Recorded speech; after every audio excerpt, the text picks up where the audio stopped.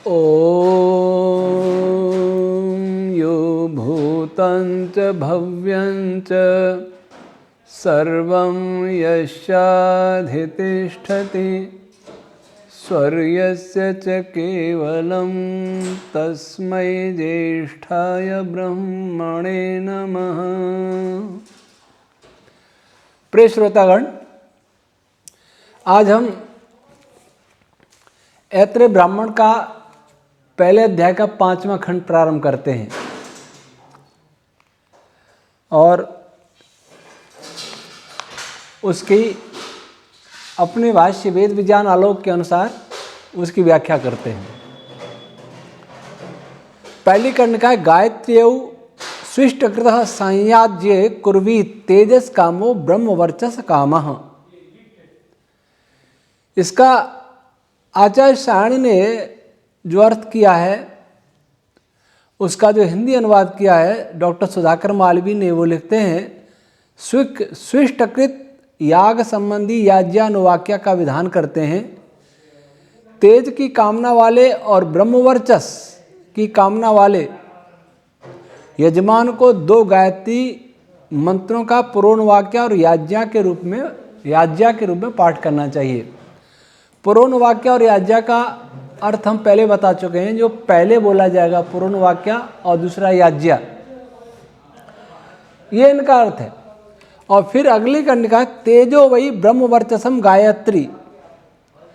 इसका अर्थ करते हैं गायत्री तेज और ब्रह्मवर्चस वाली है, अर्थात गायत्री मंत्र तेज और ब्रह्मवर्चस के साधन के रूप में लोक में प्रसिद्ध है।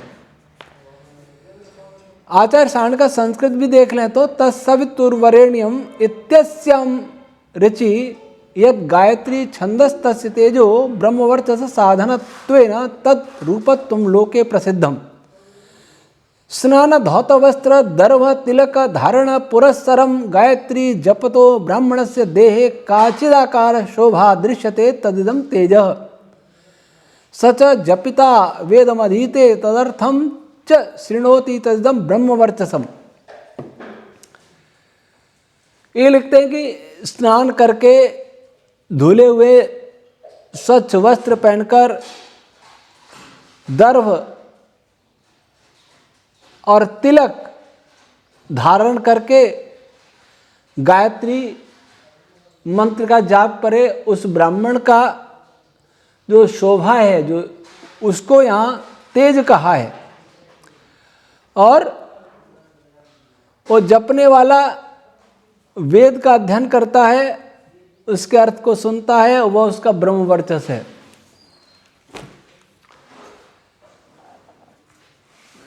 अब ये महावैयाकरण आचार्य सायणी का भाष्य है और कोई भी व्याकरण से भाष्य करेगा तो ऐसा ही होगा। जब तक वो वैदिक रश्मि सिद्धांत को नहीं समझेगा तब तक वो कर्मकांड मात्र में ही स्वयं को तृप्त अनुभव करता रहेगा। और जिनको कर्मकांड व्यर्थ लगते हैं वो इन ग्रंथों को पढ़ना ही छोड़ देगा।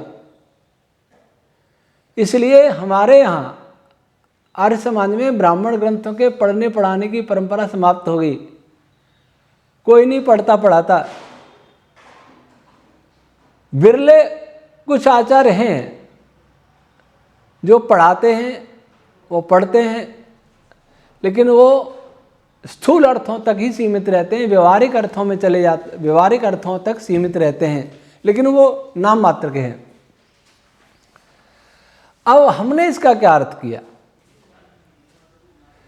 जिनको वैदिक रश्मि सिद्धांत स्वप्न लगता है, कल्पना लगता है, रोग लगता है, वे सुने। यह हमने सायण को माना कि गायत्री, ये 2 गायत्री छंद की बात कर रहे हैं, वो कौन से बोलने हैं, उसके लिए उन्होंने आधार बनाया है अपना आश्वलन श्रोत्र सूत्र को।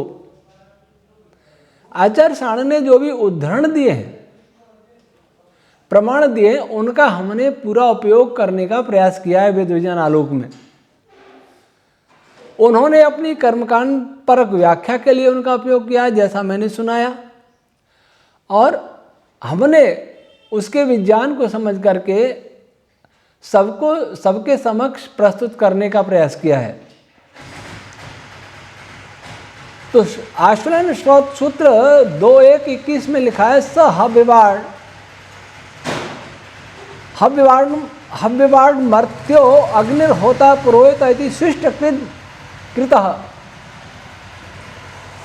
इस वचन से आचार्य शाणु ने ग्रहण किया कि 2 गायत्री मंत्र कौन कौन से लेने हैं। एक तो स हव्यवाट मर्त्यम उषिक दूतश्चनो हितः अग्निर्धियास स मृण्वती, ऋग्वेद 3:11-2, और दूसरा अग्निर्होता पुरोहितो अध्वरस्य विचर्षणः स वेद यज्ञ मानुषक।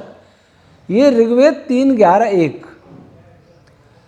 ऋग्वेद के तीसरे मंडल के 11वें सूक्त के पहले और दूसरे मंत्र हैं, जिसमें दूसरा मंत्र पहले बोलना है और पहला मंत्र बाद में बोलना है। इनका देवता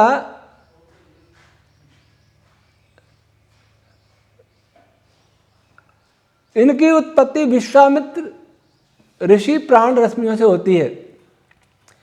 विश्वामित्र का क्या अर्थ है? कौशितकी ब्राह्मण में लिखा है वाग वही विश्वामित्र। ये वाग तत्व है, वही विश्वामित्र है। अब वाग तत्व से क्या ग्रहण करें? सभी छंद रश्मियां वाक ही हैं। इस ब्रह्मांड में जितने भी वैदिक पद हैं वे सब वाक रूप हैं। जितनी प्राण रश्मियां वे भी वाक रूप में हैं।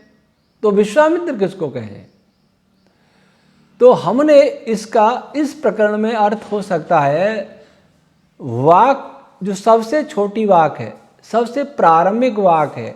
क्या है सबसे प्रारंभिक? ओम। तो इन दोनों छंद रश्मियों की उत्पत्ति ओम इस रश्मि से उत्पन्न होती है। कई बार कोई प्रश्न पूछ लेता है कि ओम ये ईश्वर भी रश्मि रूप है, ये वही ओम है? नहीं, ऐसा नहीं है। ईश्वर चेतन है और वह चेतन जो स्पंदन करता है सबसे पहला वह ओम का स्पंदन करता है। ओम जैसे हम उच्चारण करते हैं उसके परारूप को स्पंदित करता है, क्योंकि वो ओम से उत्पन्न होती है ध्वनि, सीधे ओम से, इसलिए उसका नाम ओम है। और वह ईश्वर सबसे पहले इस ध्वनि को ही उत्पन्न करता है, इसलिए ईश्वर का निज नाम ओम है। आज किससे पूछे ईश्वर का निज नाम ओम क्यों है? शिव क्यों नहीं है, विष्णु क्यों नहीं है, ब्रह्मा क्यों नहीं है, गणेश क्यों नहीं है, महेश क्यों नहीं है? तो उनके पास कोई उत्तर नहीं होगा। यही कहेंगे कि भाई वेद में लिखा है, पर उसके पीछे तर्क कुछ भी नहीं। तो इसके पीछे इसका कारण हम बता रहे हैं कि ईश्वर वो चेतन तत्व, परम चेतन सत्ता, इस प्रकृति में सबसे पहले जिस ध्वनि को स्पंदित करती है, पराध्वनि को, परावाणी, वैखरी नहीं, वहाँ कोई ध्वनि उत्पन्न नहीं हो सकती। वैखरी न मध्यमा होगी न पश्चंती होगी, केवल परा होगी। तो परा जो वाणी है ओम है, वही वैखरी ओम ध्वनि जिसको हम उच्चारित करते हैं उसका बीज है। तो क्योंकि वह चेतन सत्ता अपने सृष्टि प्रक्रिया के प्रथम चरण में सबसे पहले जो स्पंदन उत्पन्न करती है, उस स्पंदन, वह स्पंदन ओम का होता है। इसलिए ईश्वर का निज नाम ओम है, ईश्वर का मुख्य नाम भी ओम है। और यह ओम ही ऐसा है जो सब जगह है। मांडूक्य उपनिषद में जो लिखा है कि ओम ही सब जगह है, त्रिकालातीत है, वह यही ओम रश्मि है। और यह वाचक है और परमेश्वर वाच्य है। तो इस ओम रश्मि से ही सीधे ये ओम रश्मि आगे अन्य रश्मियों को उत्पन्न करती है। भू को, भुवा को आदि हम पहले बता चुके हैं। पूर्व पीठिका में, कोई भी अन्य रश्मि सीधे परम चेतन सत्ता से उत्पन्न नहीं होती हैं, सीधे नहीं होती हैं। ओम ही उनको उत्पन्न करती है, ओम की रश्मि ही उनको उत्पन्न करती है। लेकिन ओम किसी अन्य रश्मि से उत्पन्न नहीं होती है, वो ईश्वर से स्पंदित होती है, इसलिए ईश्वर का नाम ओम है और उस रश्मि का भी नाम ओम है। जैसे एक जिले में जिला कलेक्टर होता है, वह अपने जिले के सभी विभागों का एक निरीक्षक होता है, नियंत्रक होता है, संचालक होता है। लेकिन हर कर्मचारी का उस जिला कलेक्टर से कोई सीधा संपर्क नहीं होता। सीधा संपर्क होता है केवल और केवल उसके पीए का, या एडिशनल कलेक्टर होता है जो कलेक्ट्रेट में बैठता है, उसका संपर्क जिला कलेक्टर से होता है और उसके बाद वो आगे से आगे प्रसारित करते हैं। तो ओम रश्मि सीधे ईश्वर से, परम चेतना से, सृष्टि रचयिता शक्ति से जुड़ी रहती है, इसलिए उसका नाम ओम है। और अन्य रश्मियाँ ईश्वर से न जोड़ करके ओम से जुड़ी रहती हैं और ओम में निरंतर ईश्वर द्वारा ऊर्जा प्रवाहित होती रहती है और उसके द्वारा अन्य रश्मियों को ऊर्जा प्रवाहित होती है और उससे, उस ऊर्जा से ही संपूर्ण प्रकृति में ऊर्जा की उत्पत्ति होती है और उससे सब बनता है। तो ये जो छंद रश्मि हैं ये ओम रश्मि से उत्पन्न होती हैं और इनका देवता अग्नि होने से इनका छांदस प्रभाव और छंद गायत्री होने से अग्नि तेजस्वी होता है। और इसमें पहले में हव्यवाट है, होता है, हिता है, यज्ञ है, ये 4 पद ऐसे वैदिक पदों का, वैदिक भाषा का यही वैशिष्ट्य है कि वो पद जब उत्पन्न होते हैं उस समय उस पद के वाच्य रूप पदार्थ भी उत्पन्न होते हैं और उत्पन्न हो चुके हैं तो वो प्रभावित होते हैं, समृद्ध होते हैं, सक्रिय होते हैं। हव्यवाट हवि को वहन करने वाला, होता लेने देने वाला, हिता धारण करने वाला, यज्ञ यजन करने वाला। तो इस पहली रश्मि से क्या क्या होता है? लेने देने, संयोग वियोग की प्रक्रियाएं समृद्ध होती हैं। एक पदार्थ सूक्ष्म कण इधर से उधर जाएंगे, प्रवाहित होने लग जाएंगे, ये प्रक्रिया समृद्ध होगी, मतलब सृष्टि में हलचल बढ़ेगी उस पदार्थ में। और एक कण दूसरे को धारण कर सकेंगे, जुड़ने लग जाएंगे, यही यज्ञ बता रहा है। और दूसरे में पुरोहित एक पद है। पुरोहित पद क्या कह रहा है? पुरोहित पद से महर्षि दयानंद जी ने अग्नि के 6 गुणों का ग्रहण किया है। रूप, दाह, प्रकाश, वेग, आकर्षण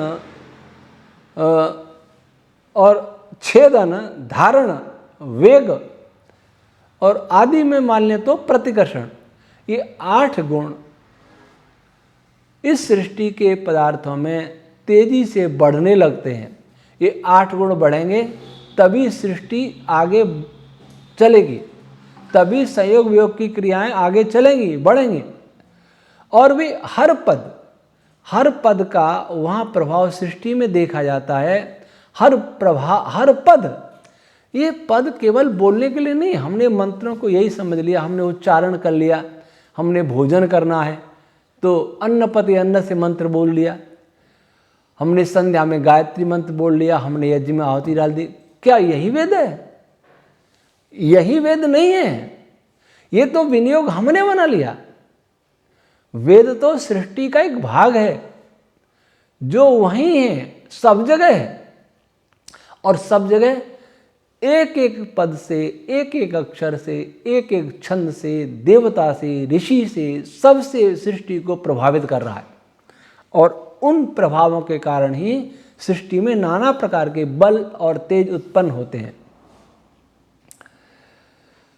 तेजो वही ब्रह्म वर्चस्व। अब ये कह रहे हैं कि ब्राह्मण जब स्नान आदि करके साफ सुथरे कपड़े पहन के, माला तिलक विलक ला करके, दर्व हाथ में ले करके और जब गायत्री का जप करेगा तो उसका जो सुंदरता, जो सुंदर दिखेगा वही तेज है। ऐसा नहीं है, अच्छी बात है।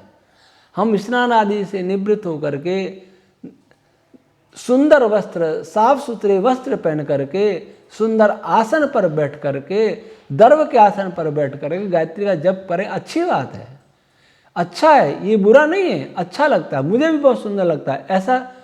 ऐसा दृश्य हो जहाँ इस प्रकार के ब्रह्मचारी बैठे हों, आचार्य बैठे हों, ब्राह्मण बैठे हों, वेद पाठ हो रहा हो, वेद पाठ की सुंदर ध्वनि आ रही हो, बहुत सुंदर लगता है। लेकिन केवल वेद केवल इतना ही नहीं है, यह वेद पाठ सृष्टि में हो रहा है, हमें उसे समझने का प्रयास करना होगा। तो जो तेज है इन गायत्री छंदों के, अब इस गायत्री से उन्होंने आचार्य सारण ने गायत्री मंत्र जो हम बोलते हैं तत्सवितुर्वरेण्यम, इसका ग्रहण किया है। तो ये गायत्री मंत्र क्या करता है, वो कहते हैं कि सुंदर दिखेगा ब्राह्मण गायत्री जपता हुआ, और वही उसका ब्रह्म वर्चस्व है, वो वेद पढ़ेगा सुनेगा, यही ब्रह्म। ऐसा नहीं है।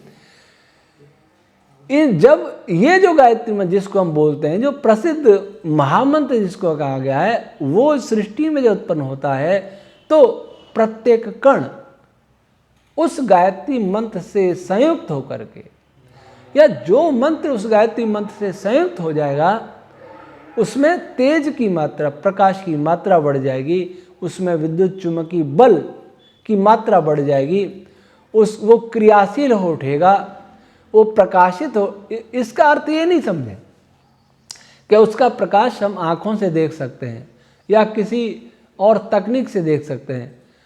जैसे हमारी ध्वनि सुनने की एक सीमा है, 20 से लेकर के 20,000 हर्ट्ज आवृत्ति की ध्वनि तरंगों को ये मनुष्य सुन सकता है।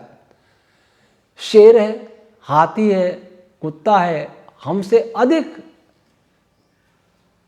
और न्यून आवृत्ति की तरंगों को सुन सकते हैं।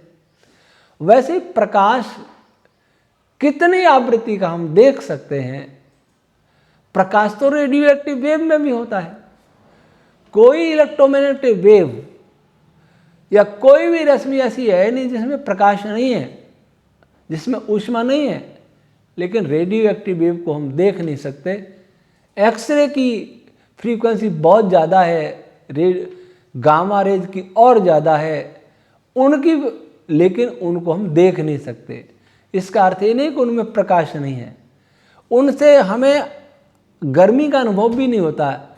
इसका अर्थ ये नहीं है कि उनमें गर्मी नहीं होती, उष्णता नहीं होती। रेडियो वेव में उष्णता नहीं होती, होती है पर कम होती है। तो ये हमारी एक सीमा है। तो इस गायत्री छंद जहाँ भी सृष्टि में है वहाँ प्रकाश है, वहाँ विद्युत है, वहाँ आवेश है। ऐसा माने कि जहाँ भी इस सृष्टि में प्रकाश है, विद्युत है, वहाँ गायत्री छंद रश्मियाँ अवश्य हैं। और भी रश्मियाँ हैं जिनका वर्णन बाद में आएगा, लेकिन गायत्री भी है। तो यही ब्रह्म वर्चस्व। ब्रह्म किसको कहते हैं? बृहद बलम। ऋषि दयानंद ऋग्वेद भाष्य 2:24-3 वाग ब्रह्म गोपद पूर्वार्ध 2:11 विद्युत हेव ब्रह्म शतपथ 14:8-7-1 प्राणापानव ब्रह्म गोपद पूर्वार्ध 2:11। इन प्रमाणों से क्या संकेत मिला कि गायत्री मंत्र, गायत्री छंद जहाँ भी उत्पन्न होता है, जब भी उत्पन्न होता है, तो प्राण और अपान दोनों रश्मियाँ सक्रिय हो जाती हैं। उनके और सूक्ष्म अन्य छंद रश्मियाँ वे भी सक्रिय हो जाती हैं। इनके सक्रिय होने से क्या होगा? विद्युत तेज, विद्युत बल की वृद्धि होती है। और विद्युत बल की वृद्धि होती है, इससे क्या होगा? इससे ये होगा कि सृष्टि में सूक्ष्म पदार्थों के मिलने से, कॉम्बिनेशन, संगनन से, संयोजन से अन्य कणों के बनने की प्रक्रिया भी तेज होने लगती है। ये गायत्री छंद का प्रभाव है। अब ये 3 गायत्री छंद का प्रभाव बता दिया। 2 छंद ये हैं और एक गायत्री मंत्र, ये प्रसिद्ध गायत्री है। अब अगली कंडिका, तेजस्वी ब्रह्मवर्चसी भवति य एवं विद्वान गायत्री कुरुते। अब इसका अर्थ ये क्या करते हैं? जो इस प्रकार जानकर 2 गायत्री मंत्रों का प्रयोग करता है वह तेजस्वी ब्रह्मवर्चस से युक्त हो जाता है। इस प्रकार बैठ करके, आसन लगा करके गायत्री मंत्र का जप करता है वो तेजस्वी ब्रह्मवर्चस से युक्त हो जाता है। गायत्री के जप से निश्चित ही शरीर में परिवर्तन होंगे, लेकिन ऐसे नहीं है। तज्जपस तदर्थ भावना, जैसे महर्षि पतंजलि महाराज ने योग दर्शन में लिखा कि जप कैसे करना है, वह ओम के जप की बात की है। अगर गायत्री मंत्र की जाप करें, किसी की भी जाप करें, अर्थ की भावना के साथ। बहुतों को तो मंत्र का अर्थ नहीं आता, और अर्थ भी आता है तो वैसा भाव नहीं बनता। अगर ऐसा भाव बन जाए, अगर जीवन में ऐसा आचरण में आ जाए, तो फिर गायत्री मंत्र भी काम करेगा। गायत्री मंत्र का जाप करने वाला, यज्ञ करने वाला, योग साधना करने वाला अगर अपनी मर्यादाओं से हट जाता है, ब्रह्मचारी ब्रह्मचर्य की मर्यादा से पृथक हो जाता है, गृहस्थ की मर्यादाओं को तोड़ देता है,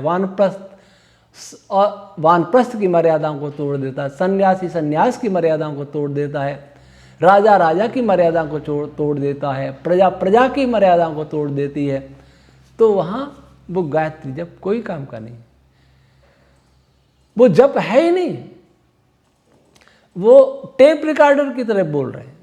जैसे टेप रिकॉर्डर में कुछ भी रिकॉर्ड कर दो फिर चला दो। टेप रिकॉर्डर में हृदय नहीं होता, टेप रिकॉर्डर में मस्तिष्क नहीं होता, केवल कंठ होता है। कंठ जैसा वो बना है वह कंठ सुना देता है। कहीं हम सोचे कि हम कहीं हृदयहीन हो करके, हम बुद्धिहीन हो करके तो जाप नहीं कर रहे। वास्तव में आज कोई संध्या करता, संध्या में तेभ्यो नमो, धिपतिभ्यो नमो, रक्षितृभ्यो नमो, इषुभ्यो नमः, एभ्यो अस्तु, यो अस्मन् द्वेष्टियं वयम, ये द्वेष भाव मिट गया तो 6 बार जाप करते हैं, फिर भी नहीं मिटता, फिर भी ईर्ष्या नहीं मिटती, फिर भी काम पर विजय नहीं प्राप्त, अहंकार को नहीं जीत पाते। तो ये जप मनुष्य के जप का विधान भी है, तो अर्थ के ज्ञान के साथ, अर्थ की भावना के साथ, केवल ज्ञान पर्याप्त नहीं है। इस सृष्टि में जो भी मंत्रों की उत्पत्ति हो रही है वो अर्थ सहित हो रही है। जो उस मंत्र का अर्थ है वही प्रभाव सृष्टि पे पड़ रहा है, और वैसा हम चेतन करें तो उसमें भाव भी उत्पन्न होना चाहिए। नहीं तो हम में और पत्थर में कोई अंतर नहीं है, हम में टेप रिकॉर्डर में कोई अंतर नहीं है। आए हम टेप रिकॉर्डर नहीं बने, जप करें अर्थ की भावना के साथ, और हृदय के विकारों को, मस्तिष्क के विकारों को बाहर फेंकें। बाहर नहीं फेंकेंगे, कचरा अंदर भरा रहेगा, बोलते रहे, कोई फर्क नहीं पड़ेगा। सृष्टि में समझें कि मंत्र तेज उत्पन्न कर रहे हैं, यजनशीलता उत्पन्न कर रहे हैं, बल उत्पन्न कर रहे हैं, जो इस सृष्टि की प्रक्रिया को आगे बढ़ने में सहायक है। आज इतना ही। ओम शम।